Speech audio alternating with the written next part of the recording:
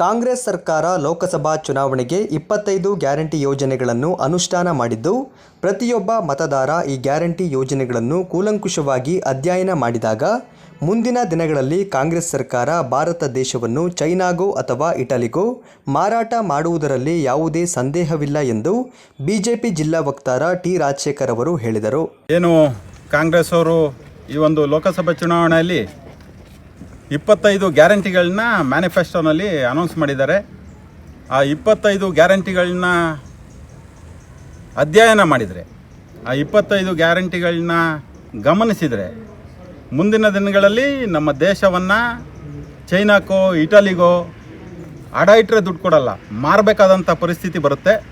ಅದ್ರ ಜೊತೆಗೆ ಮುಗ್ಧ ಜನರ ಭಾವನೆಗಳ ಜೊತೆ ಮುಗ್ಧ ಜನರಿಗೆ ಆಸೆ ತೋರಿಸೋದ್ರ ಮುಖಾಂತರ ಮುಗ್ಧ ಜನರ 1 ಲಕ್ಷ ನಿಮಗೆ ವರ್ಷಕ್ಕೆ ಸಿಗುತ್ತೆ ಅಂತ ಒಂದು ಆಸೆ ತೋರಿಸೋ ಮುಖಾಂತರ ಮತವನ್ನು ಸೆಳೀಲಿಕ್ಕೆ ಪ್ರಯತ್ನವನ್ನು ಪಡ್ತಾ ಇದ್ದಾರೆ.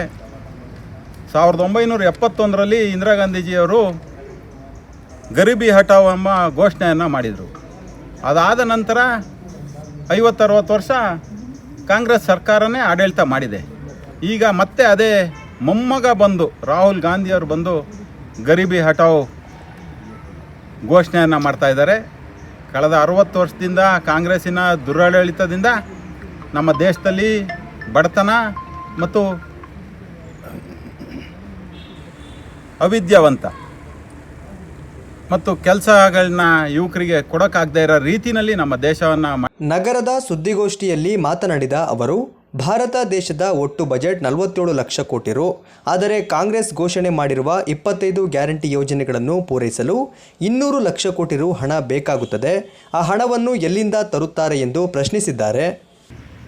ನಮ್ಮ ದೇಶದ ಒಟ್ಟು ಬಜೆಟ್ಟು 47 ಲಕ್ಷ ಕೋಟಿ ರುಗಳು.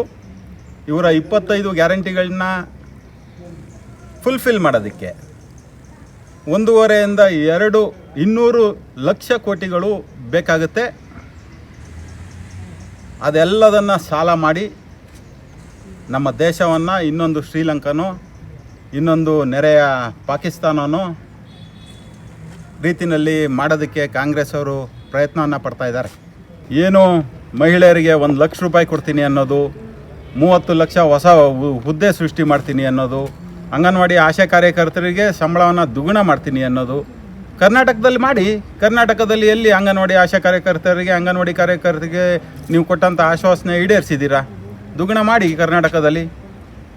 ಅದೇ ರೀತಿ ರೈತರ ಸಾಲವನ್ನು ಮನ್ನಾ ಮಾಡ್ತೀನಿ ಅನ್ನೋದು, ಇಡೀ ರಾಷ್ಟ್ರದಲ್ಲಿ ರೈತರ ಸಾಲ ಮನ್ನಾ ಮಾಡಿದರೆ ಎಷ್ಟು ದುಡ್ಡು ಬೇಕಾಗ್ತದೆ ಅನ್ನೋದು ಜನರಿಗೆ ತಿಳಿಸ್ಬೇಕಲ್ಲ.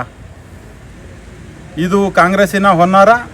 ಕಾಂಗ್ರೆಸ್ ಅವರು ನಮ್ಮ ದೇಶವನ್ನು ಸಾಲದ ಕುಪ್ಪಕ್ಕೆ ಚೈನಾಕ್ಕೋ ಇಟಲಿಗೋ ಸಾಲಕ್ಕೆ ಅಡವನ್ನು ಇಟ್ಟು ಈ ಪಾಕಿಸ್ತಾನದ ಅಧ್ಯಕ್ಷನೋ ಶ್ರೀಲಂಕಾದ ಅಧ್ಯಕ್ಷನೋ ಹೊರದೇಶಗಳಲ್ಲಿ ಹೋಗಿ ವಾಸ ಇರೋ ರೀತಿಯಲ್ಲಿ ರಾಹುಲ್ ಗಾಂಧಿನೂ ಸೋನಿಯಾ ಗಾಂಧಿನೂ ಇಟಲಿಗೆ ಹೋಗಿ ವಾಸ ಇರ್ತಾರೆ. ಯಾಕೆಂದರೆ ಅವರೆಲ್ಲ ಪ್ರಾಪರ್ಟೀಸು ಇಟಲಿನಲ್ಲಿ ಮಾಡಿದ್ದಾರೆ. ಅವ್ರ ತವ್ರ ಮನೆಯೂ ಇಟಲಿ.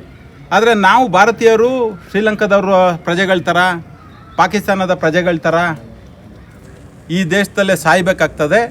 ಈ ದೇಶದಲ್ಲಿ ಸಾಲವನ್ನು ಮಾಡಿ ಕಾಂಗ್ರೆಸ್ ಪಕ್ಷದ ಅಧ್ಯಕ್ಷರು ಮತ್ತು ಅವರು ಕುಟುಂಬದವರು ಓಡೋದ್ರೆ ನಾವೆಲ್ಲ ಇಲ್ಲಿ ಪಶ್ಚಾತ್ತಾಪ ಪಡಬೇಕಾಗ್ತದೆ, ನಾವೆಲ್ಲ ಇಲ್ಲಿ ಪರಿತಾಪಿಸಬೇಕಾಗ್ತದೆ.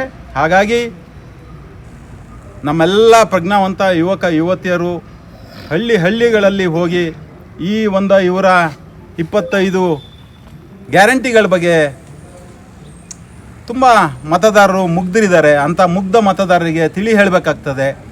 ನಮ್ಮ ಯುವಕ ಯುವತಿಯರ ಭವಿಷ್ಯದ ದೃಷ್ಟಿಯಿಂದ ನರೇಂದ್ರ ಮೋದಿ ಅವ್ರನ್ನ ಮತ್ತೆ ಪ್ರಧಾನಿ ಮಾಡಬೇಕಾಗ್ತದೆ.